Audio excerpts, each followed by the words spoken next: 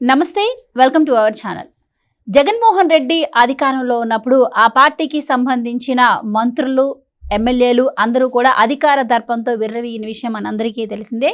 అందులో ప్రముఖంగా వినిపించినటువంటి పేరు జోగి రమేష్. జోగి రమేష్ అంటే టక్కున అందరికి గుర్తొచ్చేది చంద్రబాబు ఇంటిపై దాడికి వెళ్ళిన జోగి రమేష్. అందుకే ఆయనకు మంత్రి పదవి ఇచ్చారని కూడా అప్పట్లో ప్రచారం జరిగింది. ఇక ఇప్పుడు అధికారం కోల్పోయాక మరి ప్రభుత్వం మారాక అప్పటి జరిగినటువంటి పరిస్థితులన్నిటిపై ఇప్పుడు కూటమి ప్రభుత్వం చర్యలు తీసుకుంటున్న నేపథ్యంలో ఈ కేసులో ఆయన నిన్న విచారణకు హాజరయ్యారు. అలాగే అగ్రిగోల్డ్ భూముల విషయంలో కూడా ఆయన కొడుకుని పోలీసులు అయితే అరెస్ట్ చేయడం జరిగింది. వీటన్నింటి నేపథ్యంలో జోగి రమేష్ స్పందించి కొన్ని వ్యాఖ్యలు అయితే చేశారు. అంటే అగ్రిగోల్డ్ భూములు అందరూ కొన్నారు, కావాలంటే మీరు భూమిని తీసుకోండి, మీరు మమ్మల్ని ఎందుకు శిక్షిస్తారు అన్నట్టు కూడా ఆయన మాట్లాడారు. అంటే ఆయన ఒప్పుకోకనే నిజాన్ని ఒప్పుకుంటున్నారా అని కూడా అందరూ చర్చించుకుంటున్న పరిస్థితి. అప్పట్లో మరి చంద్రబాబు ఇంటిపై దాడికి వెళ్ళిన ఘటన గురించి కూడా ఆయన కొన్ని వ్యాఖ్యలు అయితే చేశారు. మరి అప్పటి వ్యాఖ్యలకు ఇప్పటి వ్యాఖ్యలకు అయితే చాలా తేడా కనిపిస్తోంది. అసలు నిజంగా ఆయన మాట్లాడుతుంది వాస్తవమేనా, ఆయన ఏం చెప్తున్నారు, ఇలాంటి విషయాలన్నీ కూడా తెలుసుకుందాం. మనతో పాటు ఉన్నారు సీనియర్ పొలిటికల్ జర్నలిస్ట్ సత్యమూర్తి గారు. నమస్కారం సార్. నమస్కారం అండి. సార్, జోగి రమేష్ నిన్న పోలీసుల విచారణకు హాజరవటం, అక్కడ కొన్ని వ్యాఖ్యలు అయితే చేశారు. అంటే విచారణ ముగిసి బయటకు వచ్చిన తర్వాత నేను చంద్రబాబు గారితో మాట్లాడడం కోసం వెళ్ళాను, అప్పట్లో అయ్యన్న పాదుడు మాట్లాడినటువంటి మాటలు నాకు నచ్చలేదు, అందుకని అవి చంద్రబాబు గారికి వివరిద్దామని చెప్పి వెళ్ళానని చెప్పి ఆయన నిన్న కొన్ని వ్యాఖ్యలు అయితే చేశారు సార్. అది ఇదే జోగి రమేష్ గతంలో ప్రెస్ మీట్ పెట్టినప్పుడు లోకేష్ గారిని ఉద్దేశిస్తూ నేను నీ ఇంటి గేటుకు వచ్చాను, మీ నాన్న భయంతో పరిగెత్తాడు, నువ్వు ఒక లెక్క అన్నట్టు మాట్లాడారు. సో ఇక్కడే డిఫరెన్స్ కనిపిస్తుంది. ఇది ఎక్కడో లోపల మాట్లాడుకున్న మాటలు కూడా కాదు, అప్పుడు ప్రెస్ మీట్లో మాట్లాడారు, ఇప్పుడు కూడా ప్రెస్ ముందే ఆయన చెప్పడం అయితే జరిగింది. సో ఎలా చూడొచ్చు అంటారు సార్? అంటే అధికారంలో వాళ్ళు ఉన్నప్పుడు ఒకలాగా, లేనప్పుడు ఒకలాగా, వాళ్ళు చేస్తే కరెక్ట్, ఎదుటి వాళ్ళు చేస్తే తప్పు అని మాట్లాడటం, ఇవన్నీ ఎలా చూడొచ్చు అంటారు? జోగి రమేష్ మాటల్లో ఎంతవరకు నిజం ఉందంటారు? మీరేం చెప్తారు? పాపం జోగి రమేష్ చాలా మంచివాడమ్మా. ఏముంది, తిట్టాడు అంతే కదా, బూతులు తిట్టాడు, స్థలాలు ఆక్యుపై చేశాడు, మంత్రిగా ఉన్నప్పుడు దౌర్జన్యాలు చేశాడు, చంద్రబాబు నాయుడు ఇంటి మీద దాడి చేశాడు, ఇంతే కదా. పాపం మరి వెనుకబడిన తరగతులకి చెందిన వ్యక్తి అంత కష్టపడి పైకి వచ్చి స్థలాలు ఆక్యుపై చేస్తుంటే ప్రభుత్వం చూస్తూ ఊరుకోవాలి కదా. పాపం ఆయన కొడుకుని తీసుకెళ్ళి జైలు వేయటమేంటి? పాపం ఆయన కొడుకు కూడా అమెరికాలో చదువుకొని వచ్చాడు కదా. మరి వెనుకబడిన తరగతుల వాళ్ళు స్థలాలు ఆక్యుపై చేస్తే మరి దాన్ని చూస్తూ ఊరుకుంటే సరిపోతుంది కదా. ఇది జోగి రమేష్ అంతరార్థం, ఆయన చెప్పే మాటలు ఇవి. అధికారంలో ఉన్నప్పుడు అధికార మదంతో జగన్మోహన్ రెడ్డి కళ్ళల్లో ఆనందం చూడటం కోసం విచ్చలవిడిగా ఉచ్చం నీచం లేకుండా మాట్లాడి పబ్లిక్ మీటింగ్లో చంద్రబాబు నాయుడిని, పవన్ కళ్యాణ్ని, లోకేష్ని అనరాని మాటలు అన్న వ్యక్తిని ఇంకొకడు అయితే ఎందుకే అట్లా మాట్లాడతావు, కొంచెం నోరు దగ్గర పెట్టుకొని మాట్లాడు అని చెప్పాల్సిన ఆ పార్టీ అధ్యక్షుడు జగన్మోహన్ రెడ్డి దగ్గరికి పిలుచుకొని శభాష్ బాగా మాట్లాడావు, ఈసారి ఇంకా బూతులు ఎక్కువ మాట్లాడని చెప్పిన దుష్ట సంస్కృతి ఆ పార్టీ వైఎస్ఆర్ కాంగ్రెస్ పార్టీ. ఆ రోజున అతను మాట్లాడిన మాటలు, రఘురామకృష్ణరాజు లాంటి వ్యక్తి, ఆయన పెద్ద మనిషి, ఆయన అప్పుడు వైఎస్ఆర్ కాంగ్రెస్ పార్టీ పార్లమెంటు సభ్యుడు, ఇప్పుడు ఉండి ఎమ్మెల్యే. పార్లమెంటు సభ్యుడు, ఇతనికన్నా చాలా పెద్ద వ్యక్తి, గౌరవప్రదమైన వ్యక్తి, అతన్ని పట్టుకొని నానా మాటలు అన్నాడు. ఆయన సింపుల్గా ఒకటే ఒక మాట అన్నాడు, ఎవడు జోగి రమేష్ అంటే వాడు గూర్ఖలాగా ఉంటాడు వాడేనా అన్నాడు. నీ పరువు ఏమైంది? నీకు పవన్ కళ్యాణ్ ఏమనలేదు, లోకేష్ ఏమనలేదు, చంద్రబాబు నాయుడు ఏమనలేదు, వాళ్ళని తిట్టినా కానీ వాడి సంస్కారం అటువంటిది అని వదిలేశారు. రఘురామకృష్ణరాజు ఎవరు, ఆ గుర్ఖలాగా ఉంటాడు అతనేనా జోగి రమేష్ అంటే అన్న డైలాగు మొత్తం ప్రజలందరూ అప్రిషియేట్ చేశారు. ఎందుకంటే నువ్వు దౌర్జన్యం చేసేటప్పుడు, భూ కబ్జాలు చేసేటప్పుడు, నువ్వు బూతులు మాట్లాడేటప్పుడు మరి నీ కులం నీకు గుర్తు రాలేదా? వెనుకబడిన తరగతుల వాడిని నన్ను ఇట్లా వేధిస్తారా, నా కొడుకుని జైల్లో వేస్తారా అని ఇప్పుడు ఏడుస్తూ అడుగుతున్నావు కదా. నువ్వు మాట్లాడిన మాటలు ఒక్కసారి గుర్తు చేసుకో. జోగి రమేష్ కొడుకు వాడు కరెక్ట్గా బొడ్డు కూడా ఊడుండదు. చంద్రబాబు నాయుడు అంటే ఒక ఫాదర్లీ ఫిగర్. నీకు రాజకీయంగా విభేదం ఉంటే ఉండవచ్చు, కానీ అతనికి ఏం తెలుసు? జోగి రమేష్ కొడుక్కి అసలు చంద్రబాబు నాయుడు గేటు దగ్గరికి వెళ్ళే అంత కెపాసిటీ అయినా ఉంటుందా? అటువంటి చంద్రబాబు నాయుడిని పట్టుకొని మానసిక రోగి, శారీరక రోగి, నీకేం తెలుసు? అంటే ఇవన్నీ ఎందుకు చెప్తున్నానంటే బాధతో, ఆవేదనతో చెప్తున్నాను నేను. మనము సభ్యత, సంస్కారం ఉన్న సమాజంలో బతుకుతున్న వ్యక్తులుగా మనం ఒళ్ళు దగ్గర పెట్టుకొని ప్రవర్తించాలి. విచ్చల విడిగా మాట్లాడి ఈ రోజున నీ పరిస్థితి ఏంటి? నీ పరిస్థితి ఓడిపోయిన ఎమ్మెల్యేవి. నీ పరిస్థితి నీ కొడుకుని జైల్లోకి పంపించింది ఎవరు? చంద్రబాబు నాయుడు ప్రభుత్వం కాదు. కొడుకుని జైల్లోకి పంపించింది ఈ తండ్రి. ఈ తండ్రి దురాశతోటి అగ్రిగోల్డ్ భూమి ఆక్యుపై చేస్తే ఆ పాపానికి పరిహారంగా కొడుకు జైలుకి వెళ్ళాడు. కొడుకు జైలుకి వెళ్ళింది ప్రభుత్వం వల్ల కాదు, తండ్రి వల్ల. నీ పేరుతోటి నువ్వు రిజిస్టర్ చేసుకోవచ్చు కదా. నీ కొడుకు పేరు ఎందుకు పెట్టావు? నీ పేరు మీదే నువ్వు రిజిస్టర్ చేసుకోవచ్చు కదా ఆ ల్యాండ్ని. అగ్రిగోల్డ్ ల్యాండ్స్ని సిఐడి వాళ్ళు తీసుకున్నారు, కాన్ఫిస్కేట్ చేశారు. చేసినప్పుడు ఆ ల్యాండ్ మీద కన్నేయటం తప్ప కాదా? లేదు సార్, ఆయన అగ్రిగోల్డ్ ఆస్తులని మాకు తెలియదు అన్నట్టు మాట్లాడుతున్నారు. ఇప్పుడు తెలుస్తుందిగా. ఇప్పుడు అతనికి ఏం తెలీదు. అతనికి గుర్తున్నదల్లా తను ఒక బీసీని అని మాత్రమే గుర్తుంది, ఇంకా మిగిలినవి ఏమి గుర్తులేవు. ఇప్పుడు తెలుస్తుంది. అగ్రిగోల్డ్ భూమి అది. ఆ భూమిని సిఐడి వాళ్ళు జప్తు చేసుకున్నారు. జప్తు చేసుకుంటే ఆ భూమి ఏదైతే ఉందో దాని సర్వే నెంబర్ 88. సర్వే నెంబర్ 88లో ఆ స్థలాన్ని తీసుకొని తహసీల్దారులని వాళ్ళని బెదిరించి, సబ్ రిజిస్ట్రార్ని బెదిరించి దాన్ని రిజిస్టర్ చేసుకున్నాడు. రిజిస్టర్ చేసుకున్న తర్వాత ఇది సర్వే నెంబర్ తప్పుపడ్డది, దీన్ని కరెక్షన్ చేయండి అని చెప్పి దీని వాస్తవ సర్వే నెంబరు 87 అని చెప్పి మార్చుకున్నాడు. 87 కింద మార్చి ఇదంతా లీగలైజ్ అయిపోయిందని భ్రమలోకి వెళ్ళిపోయాడు. కానీ అక్కడ ఏంటి అంటే ఈ 87 సర్వే నెంబరు అగ్రిగోల్డ్ సంబంధించిన కంపెనీలో భాగస్వామిది, ఆయన సొంతం అన్నమాట. కంపెనీ ఆస్తులేమో సిబిఐ వాళ్ళు జప్తు చేసుకున్నారు. ఆయన సొంత ల్యాండ్ అక్కడే ఉన్నది, సర్వే నెంబర్ 87లో ఉన్నది.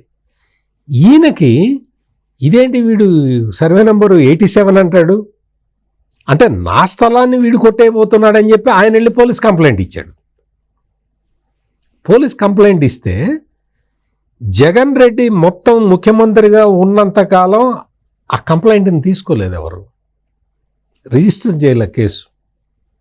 గవర్నమెంట్ మారిన తర్వాత ఆయన మళ్ళీ వచ్చి అయ్యా నా భూమిని ఆడెవడో 87 సర్వే నెంబర్ అని చెప్పి ఆడెవడో వచ్చాడు, ఇది నా ల్యాండ్, అతను ఆక్యుపై చేస్తున్నాడు అని చెబితే ఈ 88 సర్వే నెంబరు 87 సర్వే నెంబరు ఇతను కబ్జా పెట్టడం, తర్వాత రికార్డులు ట్యాంపర్ చేయటం, తహసీల్దారులని వాళ్ళని బెదిరించి రికార్డులు మార్చుకొని సబ్ రిజిస్ట్రార్ దగ్గర దొంగ రిజిస్ట్రేషన్ చేయటం, ఇవన్నీ బయటకు వచ్చినాయి.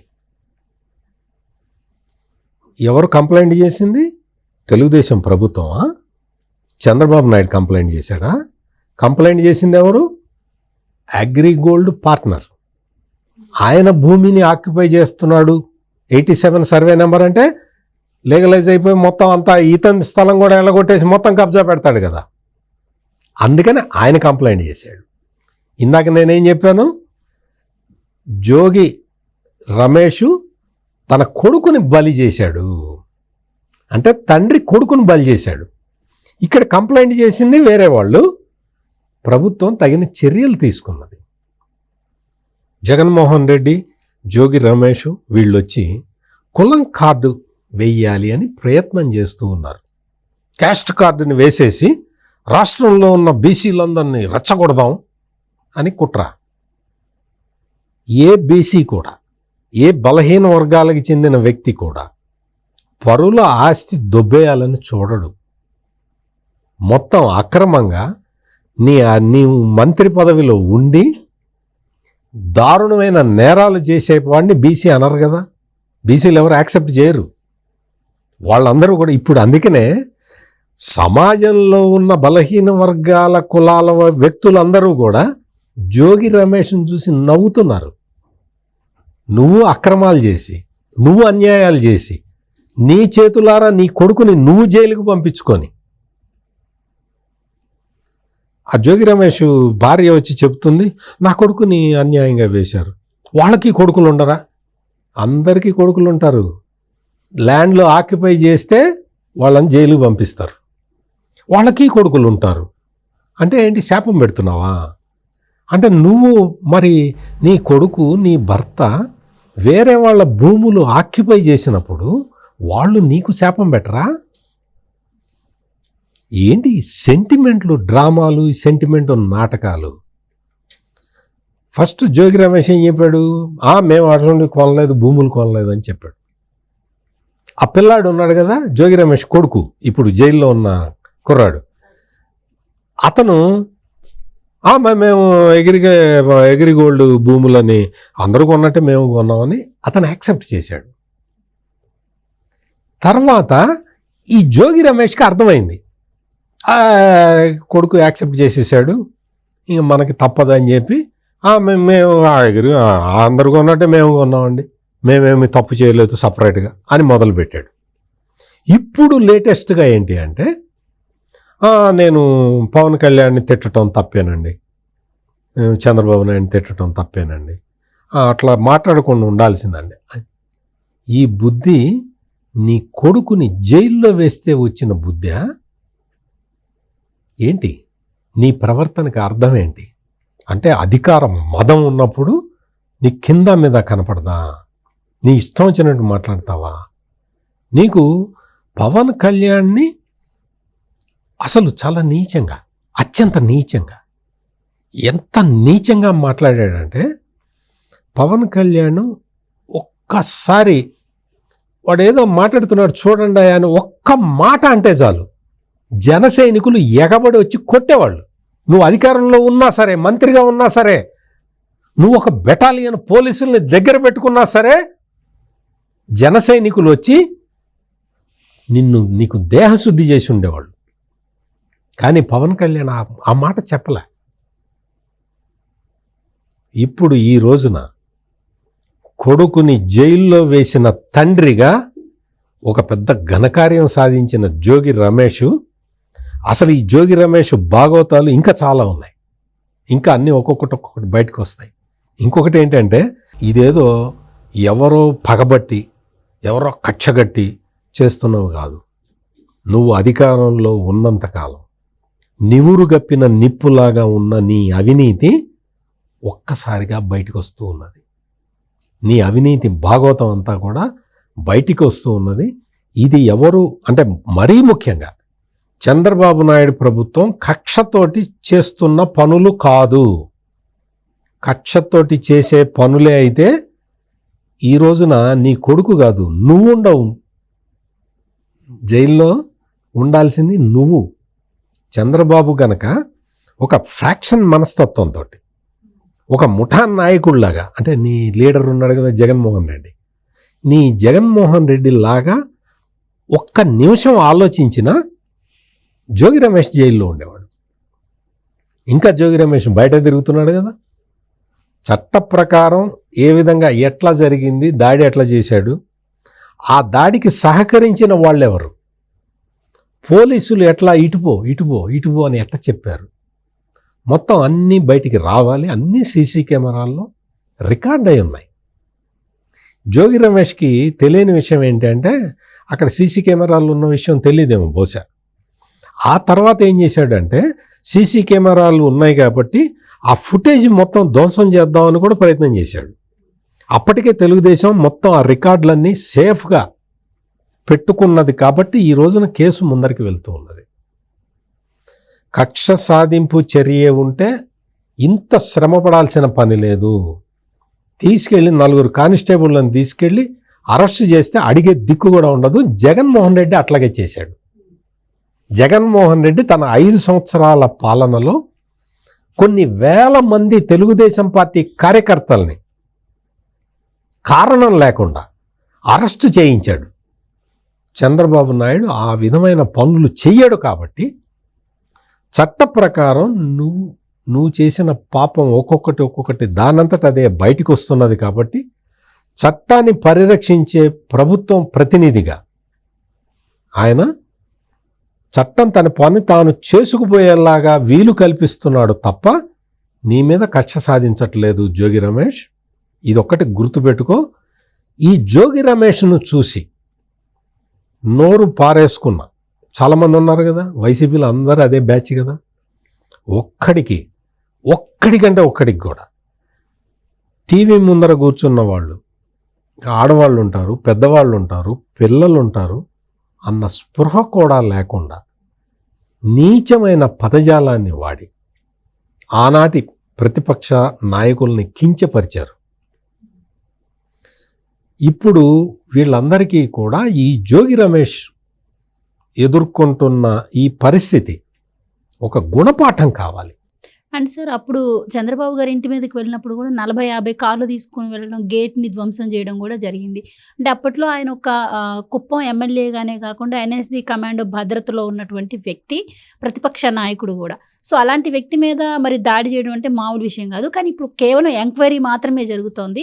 మరి దీనిపైన ఏమన్నా ఆయనకు శిక్ష కూడా ఏమన్నా పడే అవకాశం ఉంటుందంటారా? ఇది కేవలం ఎంక్వైరీతోనే ఆగుతుందంటారా? ఏం చెప్తారు? ఇప్పుడు దాడి చేసి అటాక్ చేస్తారు. అటాక్ చేసినప్పుడు మరి కేసులు అయితే పెడతారు కదా, శిక్ష అయితే పడుతుంది కదా. ఎంతకాలం పడుతుంది ఏంటి అనేది ఇప్పుడే మనం చెప్పలేం. ఇప్పుడు ఆ అటాక్ చంద్రబాబు నాయుడు మీద చేస్తేనే శిక్ష పడటం కాదు, ఎవడి మీద అటాక్ చేసినా శిక్ష పడుతుంది కదా. నువ్వు మొత్తం నీ గుండాల్ని తీసుకొని వెళ్ళి నువ్వు ఒక అరాచకంగా అసలు పోలీసుల సహాయంతో నువ్వు అటాక్ చేసావు. అది కదా ఇక్కడ పాయింట్. నీకు సహకరించిన పోలీసులు ఎవరు? వాళ్ళు కూడా బయటికి రావాలి ఇప్పుడు. ఆ తర్వాత తెలుగుదేశం కంప్లైంట్ ఇస్తే పోలీసులు ఎందుకు నమోదు చేయలేదు? ఎవరి ఆదేశాల మేరకు చర్యలు తీసుకోకుండా ఆగిపోయారు? ఇవన్నీ బయటికి రావాలి. ఇదొక్క చంద్రబాబు నాయుడు ఇంటి మీద ఒక్కటే కాదు కదా, తెలుగుదేశం పార్టీ ప్రధాన కార్యాలయం మీద దాడి చేశారు, అటాక్ చేశారు కదా. పక్కనే డీజీపీ ఆఫీస్ ఉంటుంది, కోతవేటు దూరంలో డీజీపీ ఆఫీసు ఉన్నా కానీ ఏమాత్రం చర్యలు తీసుకోలేదు. తెలుగుదేశం పార్టీ జాతీయ అధికార ప్రతినిధి పట్టాభి మీద పాశవికంగా దాడి చేసి ఇంట్లో పసిపిల్ల ఉంటే ఆ అమ్మాయిని కూడా బెదిరించిన ఈ దుర్మార్గపు పాలన ఆ రోజులు గుర్తు చేసుకుంటే అసలు మొత్తం తెలుగుదేశం కార్యకర్తలందరూ కూడా చాలా చాలా వైలెంట్గా ఆలోచిస్తూ ఉన్నారు. వాళ్ళందరినీ శాంతపరిచి మేము చట్ట ప్రకారం చర్యలు తీసుకుంటామని చెప్పటానికి ముఖ్యమంత్రి చంద్రబాబు నాయుడు, హెచ్ఆర్డి మంత్రి లోకేష్ నానా కష్టాలు పడుతున్నారు. వద్దు, జగన్మోహన్ రెడ్డి చేసిన పనులకి మన పనులకి తేడా ఉండాలి, మనం బాధ్యతతోటి ఉండాలి అని కార్యకర్తల్ని సముదాయించటానికి సీఎం చంద్రబాబు నాయుడు, మంత్రి లోకేష్ చాలా కష్టపడుతున్నారు. వాళ్ళ దగ్గరికి చాలా ఆవేశంగా వస్తున్నారు తెలుగుదేశం పార్టీ కార్యకర్తలు. ఇంకా మీరు యాక్షన్ తీసుకోవట్లేదు ఏంటి అని. చంద్రబాబు నాయుడు ఫ్యాక్షన్ లీడర్ కాదు కదా, వాడిని వేసేయండి వీడిని వేసేయండి అని చెప్పడానికి. అందుకని చట్టబద్ధమైన చర్యలు తీసుకుంటున్నారు. జోగి రమేష్ ఇంత మనోవేదన గురి కావాల్సిన అవసరం లేదు. తన కొడుకుని జైలుకు పంపించింది తానే. ఇంతవరకైతే ఖాయం. జోగి రమేష్ భార్య కూడా ఈ విషయం అడగాలి. జోగి రమేష్ ఇంటికి వస్తాడు కదా, రాత్రికి రాగానే నువ్వు అక్రమాలు చేసావు, నువ్వు అన్యాయాలు చేసావు, ఈ ల్యాండ్ నీ పేరు మీద పెట్టుకోవచ్చు కదా, నా పిల్లవాడు జైలుకి వెళ్ళేలాగా ఎందుకు చేశావని చెప్పి జోగి రమేష్ భార్య అడగాల్సింది ఎవరిని? జోగి రమేష్ని అడగాలి. కొడుకుని, నా పిల్లాడిని జైలు పాలు చేశావని ఆమె చంద్రబాబుని కాదు అడగాల్సింది, తన భర్తను అడగాలి. తన భర్తను అడిగితే తన భర్త ఏం సమాధానం చెప్తాడో అది వచ్చి మీడియాతోటి చెప్పాలి. జోగి రమేష్ భార్యకి నేను చెప్తున్న పాయింట్ ఇదే. నీ కొడుకును జైలుకి పంపించింది చంద్రబాబు కాదు, నీ భర్త. ల్యాండ్ ఆక్యుపై చేసి ఆ ల్యాండ్ని కొడుకు పేరు మీద పెట్టి, మా అబ్బాయి విదేశాల్లో చదువుకున్నాడు. ఏం చదువుకున్నాడు? పక్క వాళ్ళ ల్యాండ్ ఎటకొట్టేయాలని చదువుకున్నాడు. అమెరికా వెళ్ళి ఏం చదువుకున్నాడు? వచ్చిన తర్వాత నువ్వు అమెరికాలో చదువుకొని వచ్చావు అంటే నీకు ఏదో ఒక స్పెషలైజేషన్ రావాలి. నీ స్పెషలైజేషన్ ఏంటి? చంద్రబాబు నాయుడు మానసిక రోగి, శారీరక రోగి అని చెప్పటమా నీ స్పెషలైజేషను? ల్యాండ్లో ఆక్యుపై చేయటమా? నీకు అత్యాశ కాకపోతే నువ్వేం చెప్పాలి నీ తండ్రికి? ఈ దొంగ భూమిని నా పేరు మీద ఎందుకు పెడుతున్నావా, నన్ను పోలీసులు ఎత్తుకుపోవటానికా, నీ పేరు మీద పెట్టుకో అని చెప్పాలి కదా. నువ్వు విదేశాల్లో చదువుకొని వచ్చిన వ్యక్తివి. ఇవన్నీ చేయకుండా ఈ రోజునొచ్చి తెలుగుదేశం ప్రభుత్వం మా మీద కక్ష సాధిస్తుందంటే, కక్ష సాధిస్తే ఈ పాటికి అందరూ జైల్లో ఉండేవాళ్ళు. ఎవరు జైల్లో లేరు. చాలామంది విదేశాలకి పారిపోతున్నారు స్వేచ్ఛగా. రెడ్ కార్నర్ నోటీసు వల్ల అందరూ ఆగుతున్నారు, కానీ ఇప్పటికే సగం మంది పరారైపోయారు. జోగి రమేష్ తెలుసుకోవాల్సింది ఏంటి అంటే, జీవిత సత్యం ఏంటి అంటే, దురాశ దుఃఖమునకు చేటు. నువ్వు చంద్రబాబు నాయుడు ఇంటి మీద దాడి చేసి మంత్రి పదవి సంపాదించుకొని ఆ మంత్రి పదవిని కాపాడుకోవటానికి అందరినీ బూతులు తిట్టి ఈ గొడవలో, ఈ గలభాలో స్థలాలు కొట్టేసి చివరికి కొడుకుని జైలుకు పంపించిన ఘనతని మూటగట్టుకున్నావు జోగి రమేష్. చివరికి నువ్వు సాధించింది ఏంటయ్యా అంటే, ఇప్పుడు ఆ కొడుకుని విడిపించుకోవటానికి ఇంటికి వెళ్ళి నీ భార్యకి ఏం సమాధానం చెప్పాలి అని ఆలోచించుకునే స్థితిలోకి నువ్వు వచ్చావు. I'm sorry for that. Right sir, thank you so much. నమస్కారం.